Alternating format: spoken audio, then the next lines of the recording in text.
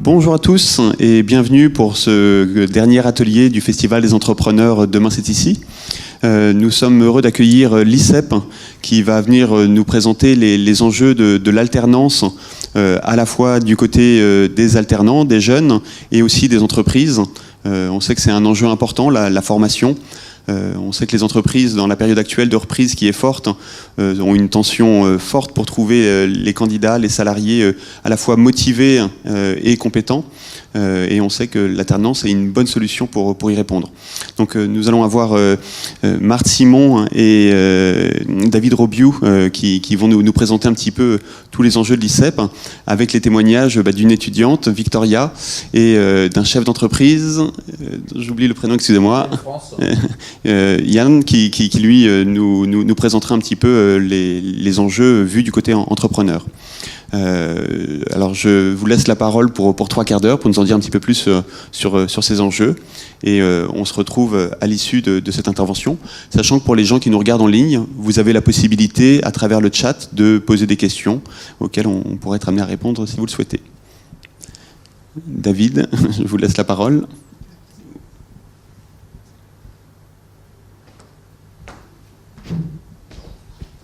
Donc je suis David Robiou, je suis responsable de la filière hôtellerie-restauration à l'ICEP Formation. Donc Marthe Simon, responsable de la filière commerce et fleuristerie à l'ICEP également. Alors on va commencer par vous présenter donc un petit film qui présente rapidement quelques images donc l'établissement.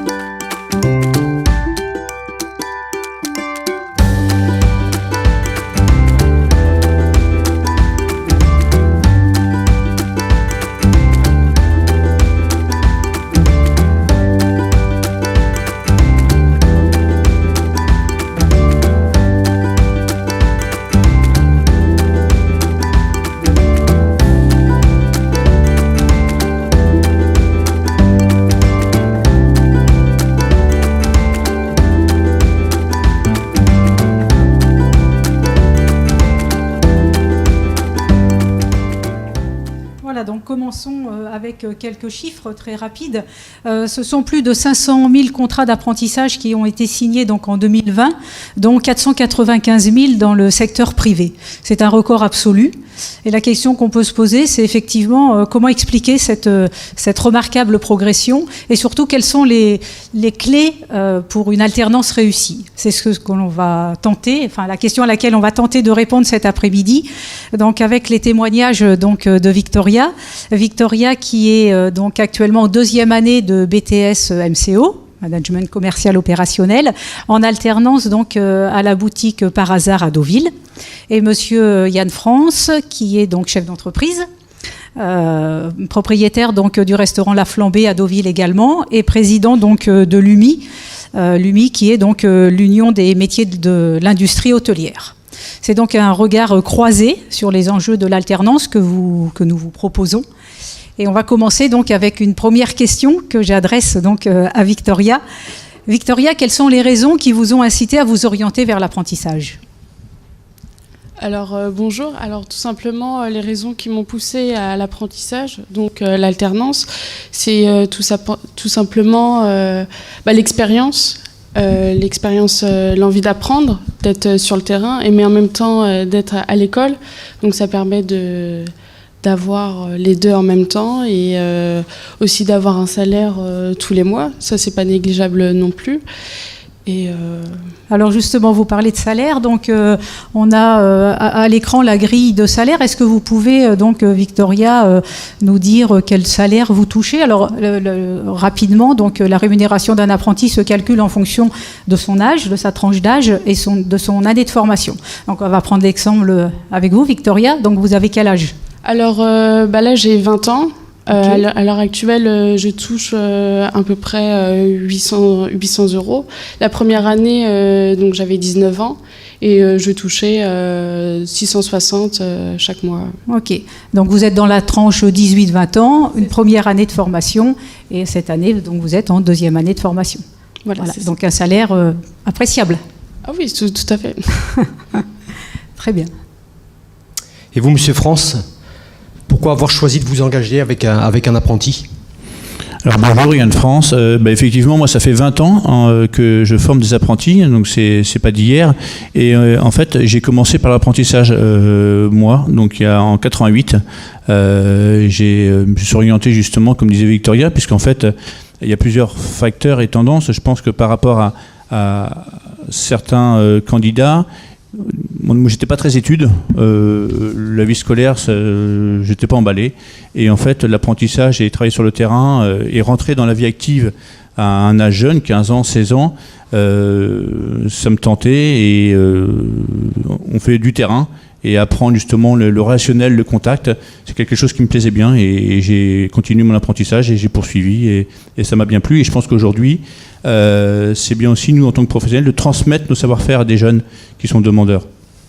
Oui, tout à fait. Puis c'est une preuve encore aujourd'hui que l'apprenti d'aujourd'hui, c'est le responsable de demain et l'exemple même, le futur chef d'entreprise, en fait. Tout à fait, exactement. Aujourd'hui, vu la conjoncture, on a besoin de futurs chefs d'entreprise et quand on va arriver à l'âge de la retraite, quand on va vendre nos affaires, on a envie de les vendre à des jeunes et pourquoi pas justement les aider. Aujourd'hui, moi j'ai aussi l'opportunité de mes anciens patrons de faire une gérance.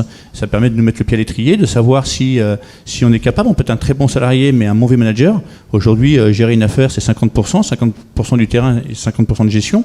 Et ce qui est important, c'est que moi, dans mon optique, en fait, avec mes jeunes que je forme, c'est justement de les amener, effectivement, pourquoi pas, faire une gérance, à leur donner des responsabilités, qui puissent avoir des fonctions de chef d'entreprise, pour plus tard, justement, soit effectivement avoir, eux, les jeunes, leurs propres affaires, ou être directeur d'un établissement.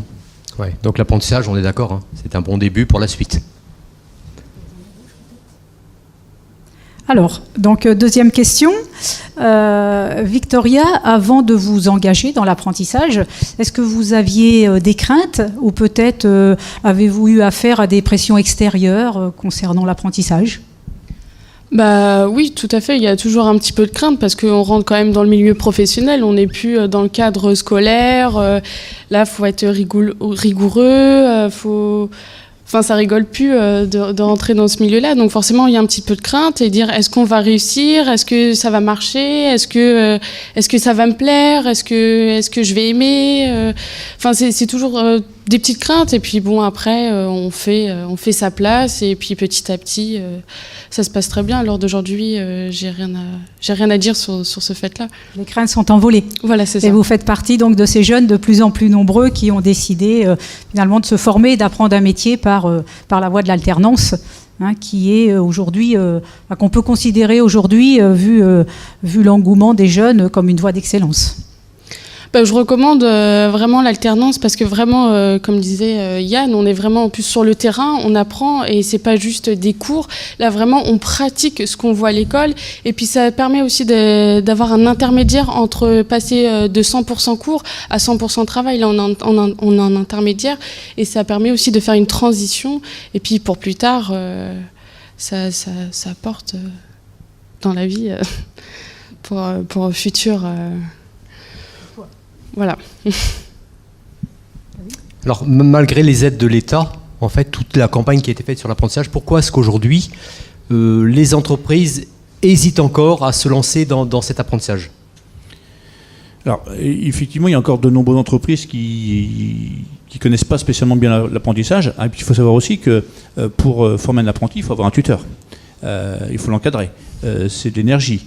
On ne prend pas un apprenti, dire bah voilà, c'est juste ça nous donne un peu de main d'œuvre et puis voilà, c'est pas le but.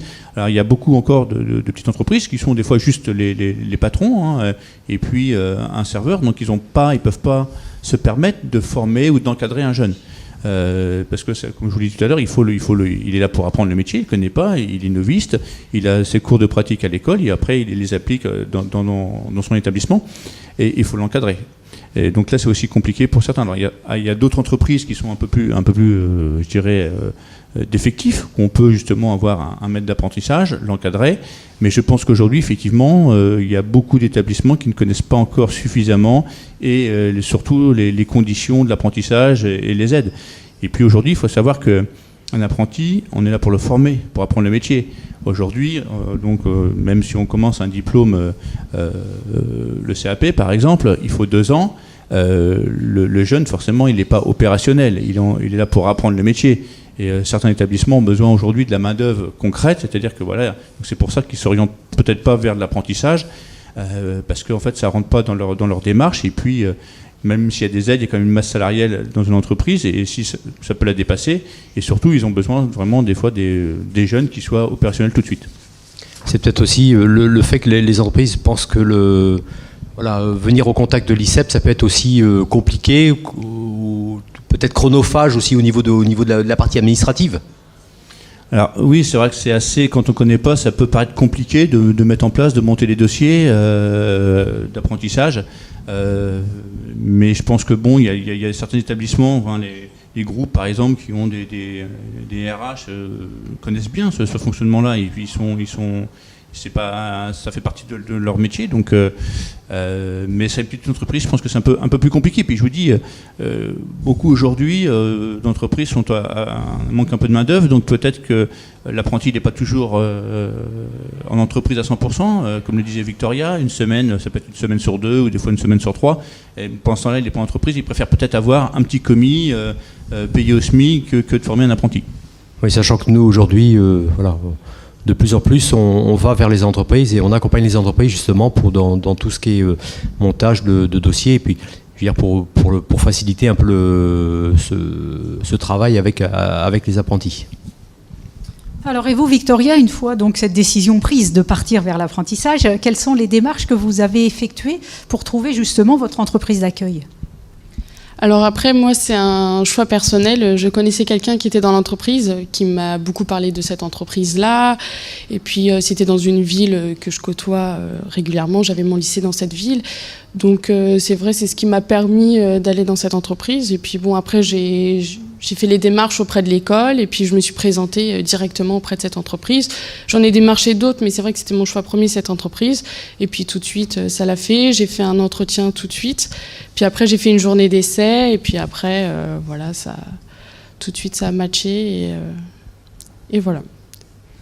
Ok, donc pour les personnes qui nous écoutent, sachez que l'ICEP accompagne les candidats à l'apprentissage au travers de nombreux événements, notamment la journée du lycéen qui aura lieu très prochainement, le salon de l'étudiant également, la journée de l'apprentissage et de l'alternance des métiers, mais aussi de nombreuses portes ouvertes que nous organisons donc à partir de janvier au sein de notre établissement, des journées découvertes métiers, également des mercredis de l'apprentissage.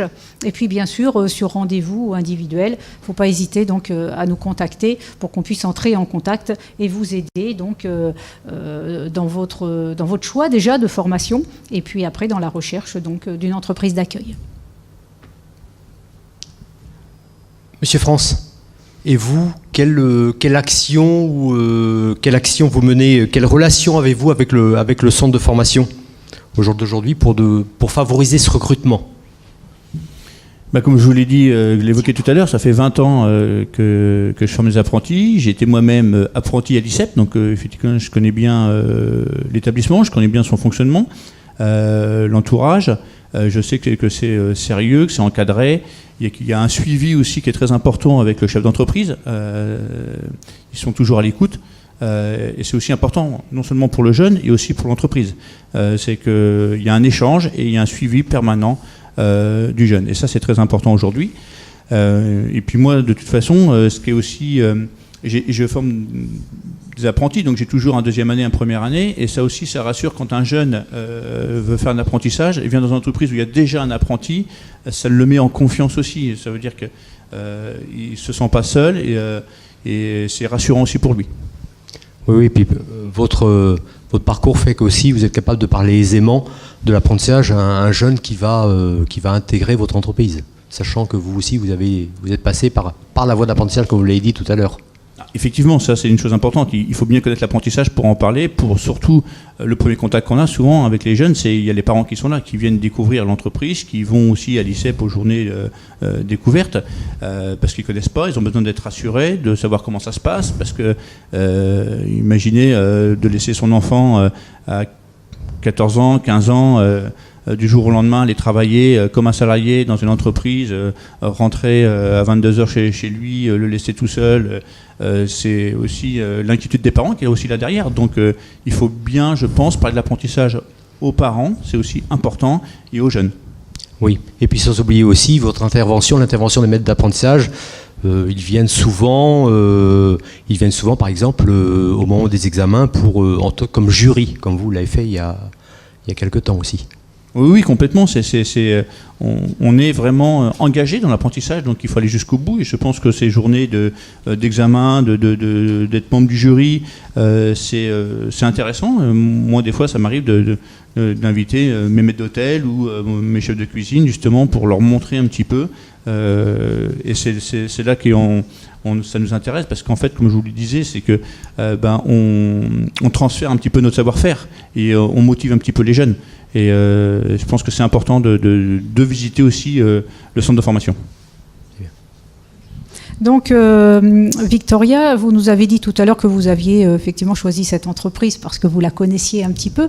Mais en dehors de ça, quels sont les critères de choix finalement qui font qu'on va s'orienter vers telle entreprise plutôt que telle autre ? Forcément, une entreprise qui a plus de visibilité, forcément, ça donne toujours plus envie aux jeunes d'y aller. Aussi, j'ai choisi cette entreprise non seulement pour l'emplacement, donc qui se situe à Deauville. Donc c'est vrai que Deauville, c'est quand même une ville touristique. Il y a aussi pas mal d'étrangers. On a aussi des locaux, on a un peu tout. Et c'est ça aussi qui était intéressant pour moi d'intégrer cette entreprise. C'est aussi une entreprise qui a 4 boutiques. Faut pas aussi négliger, donc ça m'a permis d'avoir accès dans ces 4 boutiques, d'avoir travaillé dans ces 4 boutiques, et c'est aussi ce qui m'a donné une forme de polyvalence. Ça aussi, pour plus tard, c'est important de voir aussi plusieurs domaines, plusieurs choses différentes, et c'est ça que je trouve ça très intéressant, en tout cas dans cette entreprise où je suis actuellement. Qui a fait que vous l'avez choisi comme lieu d'apprentissage. Exactement. Très bien. Quels sont vos principaux critères lorsque vous êtes face à un apprenti dans une phase de recrutement? Les critères, déjà, c'est déjà d'avoir le contact avec le jeune et ses parents. Faut on aime bien savoir quand un jeune, il ne faut pas oublier qu'on a une responsabilité quand même, parce qu'on embauche des mineurs. Donc quand ils sont dans l'entreprise, on est responsable de ces jeunes. Donc c'est important d'abord de connaître un peu son cursus, déjà aussi scolaire, son niveau aussi, sa motivation. Ça c'est quelque chose qui est très important. On ne fait pas un apprentissage comme ça pour dire sortie de voie de garage, j'aime pas les études et hop je m'oriente vers un apprentissage quel qu'il soit. Il faut que la personne, le jeune, soit motivé. On lui pose des questions, savoir les envies pour qu'il vienne intégrer l'apprentissage dans nos métiers. D'accord.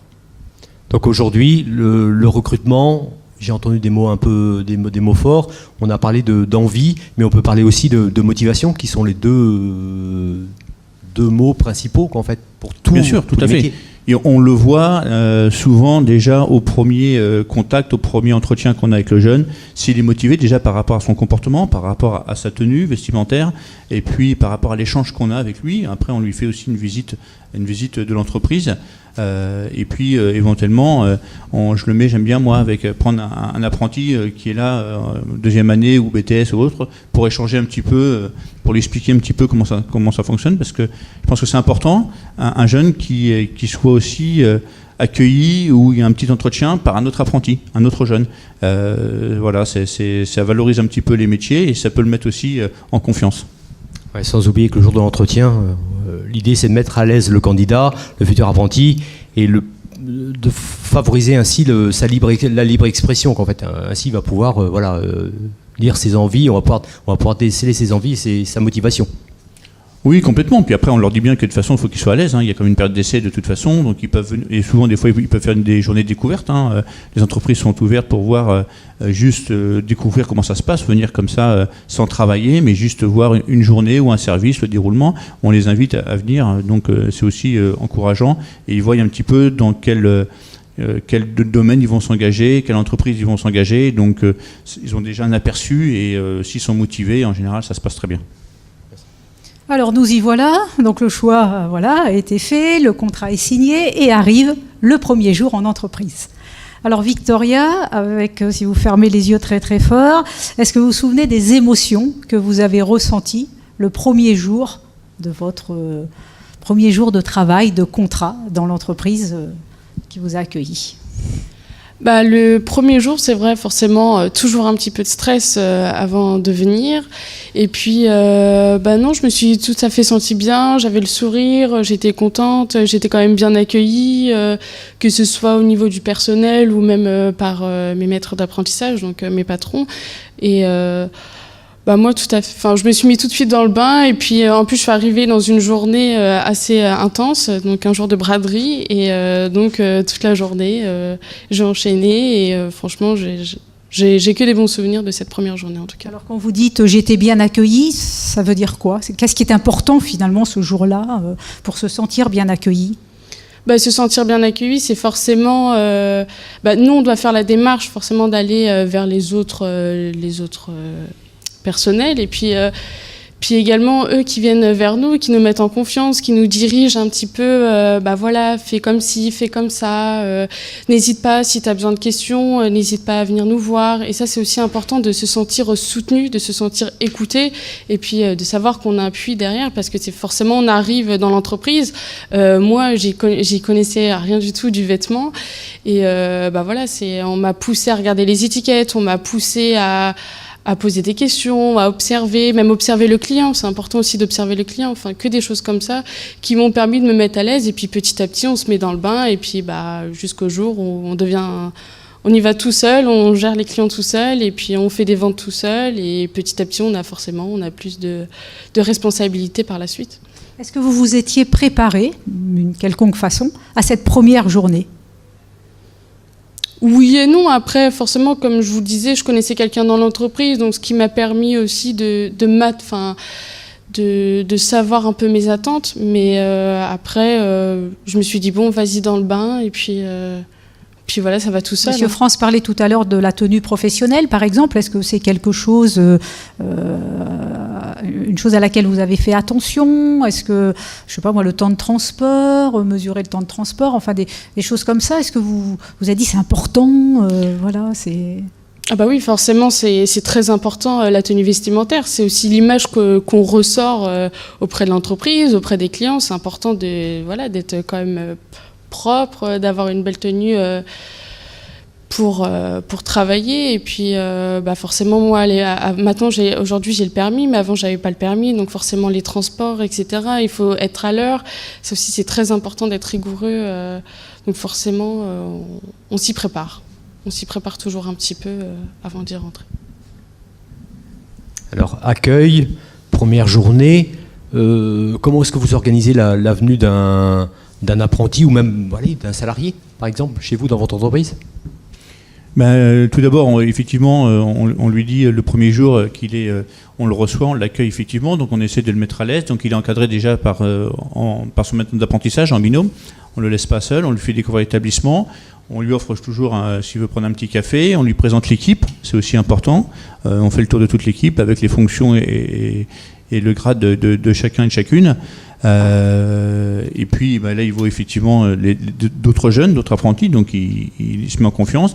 Et puis on essaye de le mettre à l'aise le plus rapidement possible, lui dire qu'il n'y avait pas de questions bêtes, qu'il fallait qu'il était là pour apprendre le métier, qu'on avait conscience qu'on était là pour le former, qu'il n'hésitait pas à venir vers nous et qu'il y avait un temps d'adaptation dans une entreprise, on n'allait pas lui demander l'impossible, que dans une semaine il fallait qu'il soit capable de servir une table complète. On lui montre que nous on a conscience également qu'on doit le former pendant 2 ans. Et voilà, on le met à l'aise et que petit à petit, on ira à son rythme, à son fonction. Il y a des jeunes qui sont plus doués que d'autres ou qui réagissent un peu plus vite ou qui sont plus à l'aise rapidement. Et donc voilà, le but, c'est vraiment de ne pas les laisser, de les encadrer en permanence. Et puis, ils ont toujours leur maître d'apprentissage avec eux. Donc, en général, voilà, le but, c'est vraiment de les mettre en confiance. Et puis, on a aussi on leur demande également, effectivement, comme le disait Victoria tout à l'heure, c'est que où ils habitent, le trajet, quels moyens de transport ils ont. Parce que dans le monde de la restauration, quand ils partent le soir à 21h30 ou 22h, s'ils habitent loin, on leur dit que c'est pas possible. Et puis, il n'y a pas trop de moyens de transport, je dirais, sur la station Trouville-Deauville. Ils font comment? S'ils sont en scooter, en vélo, est-ce que les parents viennent les chercher? Tout ça, c'est des questions qui sont aussi importantes et qui rassurent aussi les parents. Comme je vous l'ai dit, on est responsable de ces jeunes-là quand ils sont en entreprise, quand même, ils sont mineurs. Vous parliez vous avez utilisé un mot tout à l'heure, binôme. D'accord? Donc ça veut dire que dans l'entreprise, chaque jeune, surtout en restauration, je crois, ils sont encadrés, doivent être encadrés, et puis on parle de formation obligatoire. Hein. On parle par exemple de permis de former, qui est aujourd'hui une obligation pour la profession. Complètement, parce qu'en fait, former, c'est un métier. Je ne sais pas vous que je vais l'apprendre. Il y a encore beaucoup d'établissements, même de salariés, nos tuteurs, nos maîtres d'apprentissage, et je le vis au quotidien, donner une directive, vous savez, vous donnez une directive à 3 jeunes, la directive va être interprétée différemment. Et ça, il faut le faire comprendre aussi aux maîtres d'apprentissage. Donc il faut être patient, et il faut se mettre à la place du jeune qui n'a pas spécialement compris. Et c'est pas parce qu'on donne quelque chose, un ordre, une directive, qu'il doit le faire comme nous on le pense. Et c'est pas facile, et c'est pour ça que le permis de former est très important, parce qu'on nous apprend ça, qu'effectivement, on peut interpréter la même directive, on peut interpréter différemment.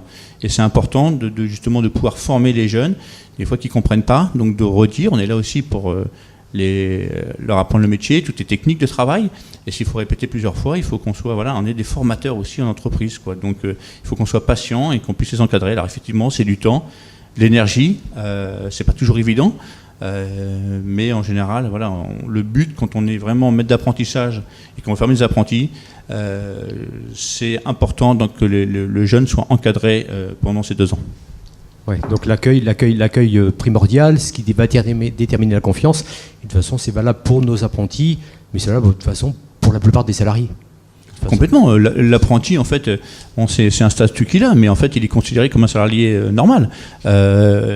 On sait qu'il apprend le métier, qu'il n'a pas les connaissances, mais pas. Voilà, il est considéré comme un salarié jusqu'au bout. Donc, dans l'entreprise, c'est un salarié normal, avec la même rigueur de travail, tout ce qui implique l'entreprise. Il n'y a pas de différence, sauf qu'on est là pour l'apprendre le métier. On sait qu'il débute, qu'il est là pour apprendre.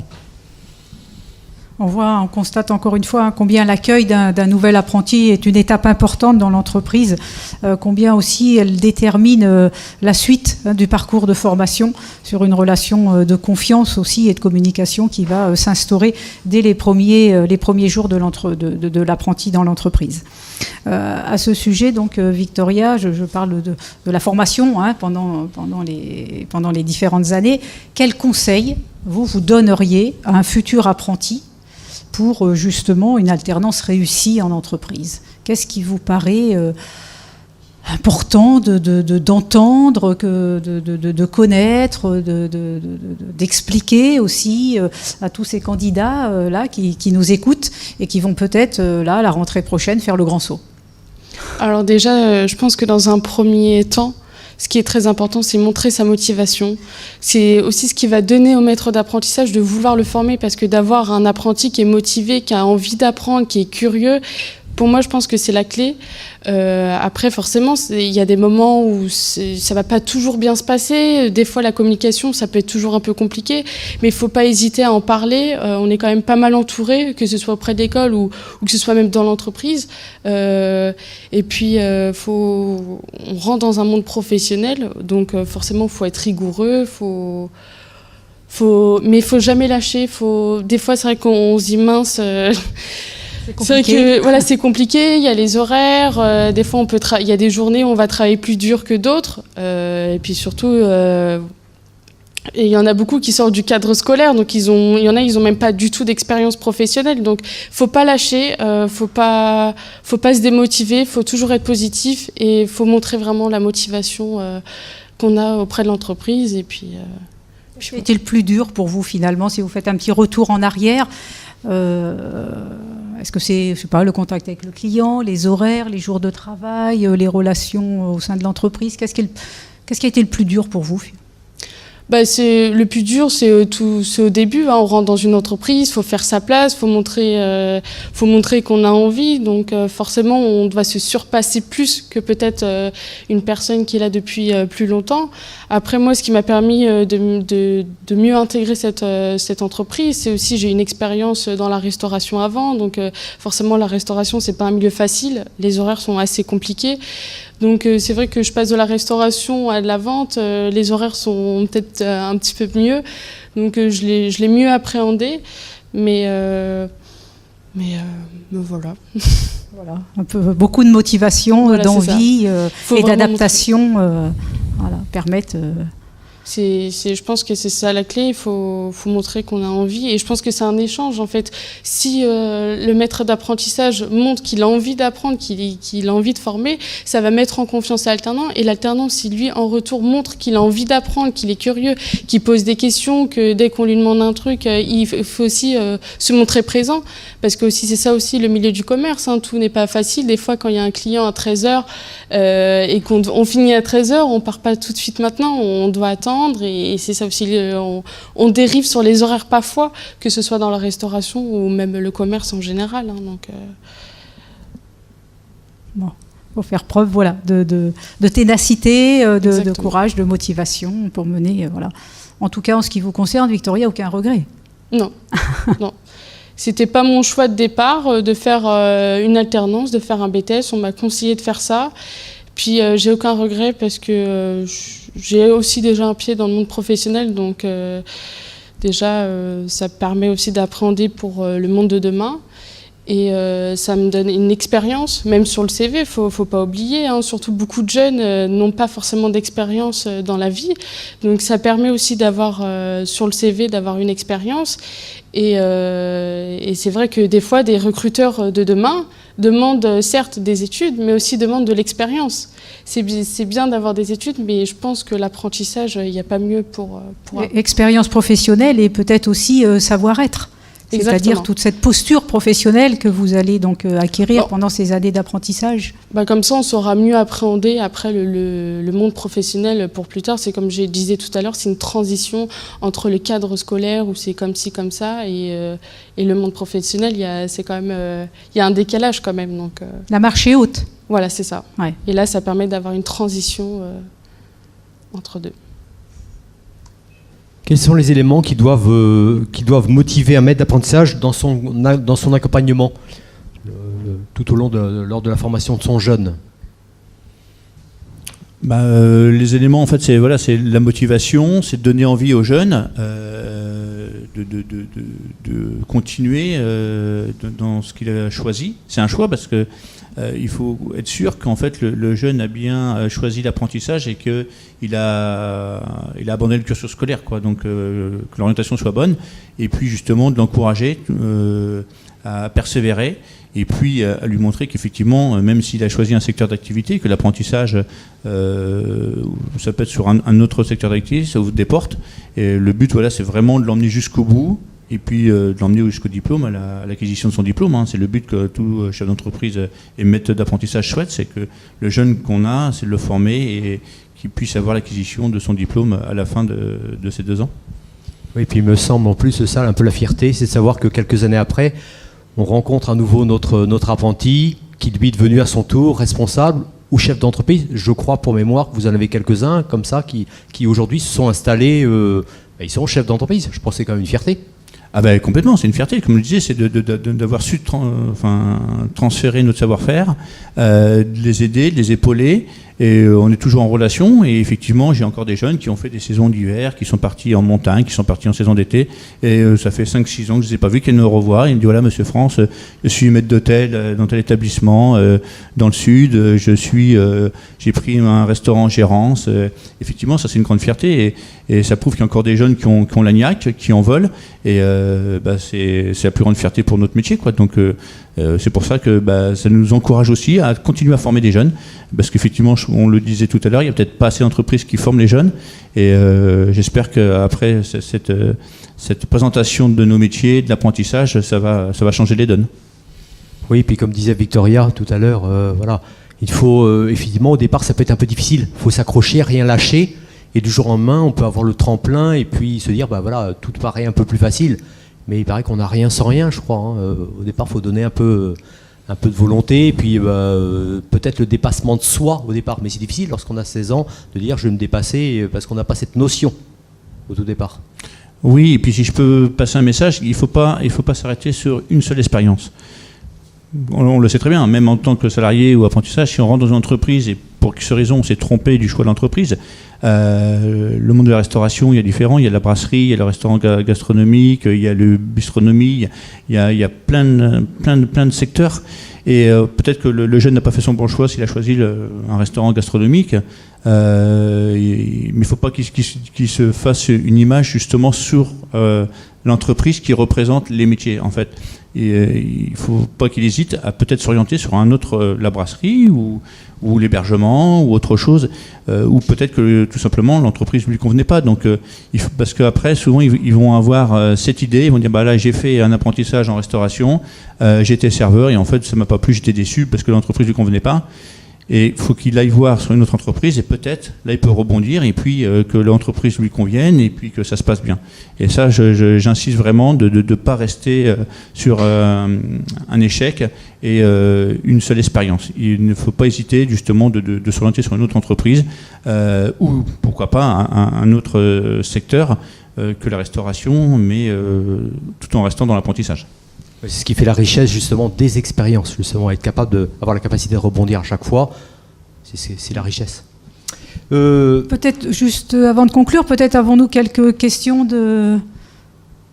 auxquelles nous pourrions apporter des éléments d'information complémentaires. Alors, peut-être en question, c'est plus revenir aussi sur l'ICEP, tous les champs larges que vous êtes amenés à apporter par rapport aux attentes que vous pourriez avoir vis-à-vis des entrepreneurs, enfin, s'il y a des secteurs où vous êtes plus en recherche de candidats ou pas, ou à l'inverse, en manque de jeunes par rapport à des secteurs en particulier, enfin, pour pouvoir faire la promotion peut-être plus vers ces créneaux-là. Alors en ce qui concerne la filière commerce, fleuristerie, principalement encore beaucoup d'offres qui ne sont pas pourvues sur le CAP primeur. Également sur le CAP crémier fromager. Ce sont donc deux nouveaux CAP que l'on a ouverts, le CAP crémier à la rentrée 2020 et le primeur à la rentrée 2019. Ce sont des secteurs porteurs, des nouveaux CAP qui ont été créés pour répondre justement aux besoins de personnel formé des entreprises. Ce sont des formations encore méconnues, mais qui sont effectivement porteurs d'emplois et des belles formations sur lesquelles on encourage donc les jeunes à s'orienter.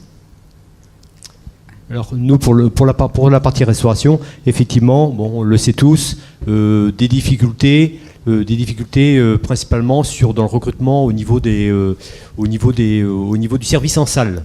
Donc voilà, un peu plus. Donc on pense effectivement, c'est suite à cette situation sanitaire que l'on a connue, mais oui, principalement sur le métier de la salle qui ont été un peu désertés. Ces derniers temps, en fait.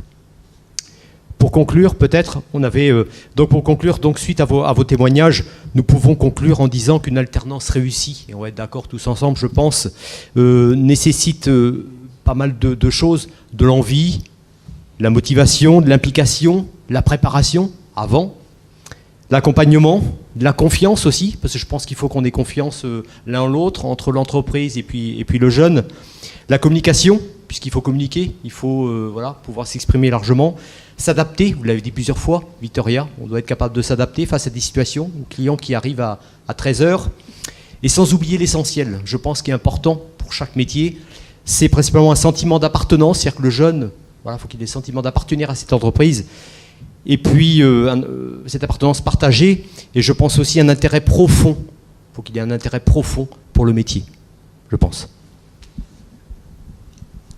Merci Voilà. beaucoup. Alors, je sais pas, en tout cas, un très grand merci pour la qualité de vos témoignages. Enfin, je pense que ça va pouvoir, vis-à-vis de jeunes qui s'intéressent, enfin, ou en tout cas qui se posent la question, les rassurer sur ces enjeux-là. Pareil pour les entreprises. Enfin, là encore, c'est vrai que c'est un levier intéressant aujourd'hui pour trouver de nouveaux candidats et accompagner des jeunes vers la professionnalisation. Merci à David, merci à Marthe en tout cas pour la clarté de votre présentation. On arrive donc à la dernière, aux derniers instants de ce festival des entrepreneurs. On vous remercie pour tous ceux qui nous ont suivis au cours de ces 2 jours. On espère que vous avez trouvé toute la richesse du contenu que vous pouviez attendre. Sachez que c'était un tout petit aperçu par rapport à ce qui pourra vous attendre au mois d'avril prochain, le 28-29 avril. On retrouvera le Festival des entrepreneurs dans un mode plus grand, plus festif encore, fini, on espère les contraintes sanitaires. Alors là, je ne sais pas où on en sera précisément, je ne vais pas prendre d'engagement. Mais en tout cas, on sera, on espère retrouver les 2500 festivaliers qu'on a connus lors du dernier événement en 2018 en présentiel. Encore merci à vous tous et puis à très bientôt.